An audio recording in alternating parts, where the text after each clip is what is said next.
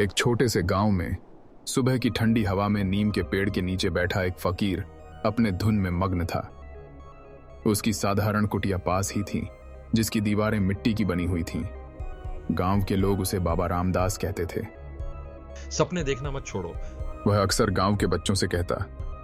एक दिन गांव के राजा ने बाबा रामदास को अपने महल में बुलाया। राज्य में भयंकर सूखा पड़ा था और लोग परेशान थे। महल के आंगन में खड़े होकर बाबा ने राजा से मुलाकात की। राजा विक्रम, जो अपनी प्रजा के लिए चिंतित थे, ने बाबा से मदद मांगी। क्या कोई उपाय है बाबा? उन्होंने विनम्रता से पूछा। बाबा रामदास ने गांव के बीच में एक खुला मैदान चुना और वहां एक अनुष्ठान करने का निर्णय लिया। लोग उत्सुकता से इकट्ठा हो गए। सच्चे दिल से प्रार्थना करो, उन्होंने सभी से कहा। जैसे ही अनुष्ठान समाप्त हुआ, आसमान में बादल घिर आए और बारिश शुरू हो गई।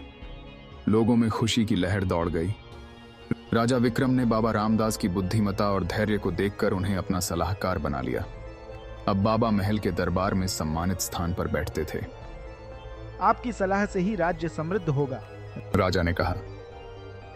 समय के साथ बाबा रामदास की सलाह से राज्य ने समृद्धि प्राप्त की। उन्होंने किसानों के लिए नई योजनाएं बनाई, जिससे खेत हरे भरे हो गए। लोग खुशहाल जीवन जीने लगे। हर व्यक्ति एक राजा है जब वह दूसरों की भलाई सोचता है, उन्होंने कहा। गांव में अब हर तरफ खुशहाली थी। बच्चे खेलते हुए हंस रहे थे और लोग अपने कामों में मग्न थे। बाबा रामदास ने दिखा दिया कि फकीर भी राजा बन सकता है, अगर उसके दिल में दूसरों के लिए सच्ची भलाई हो। सूरज की ढलती सुनहरी रोशनी में सब कुछ शांतिपूर्ण था।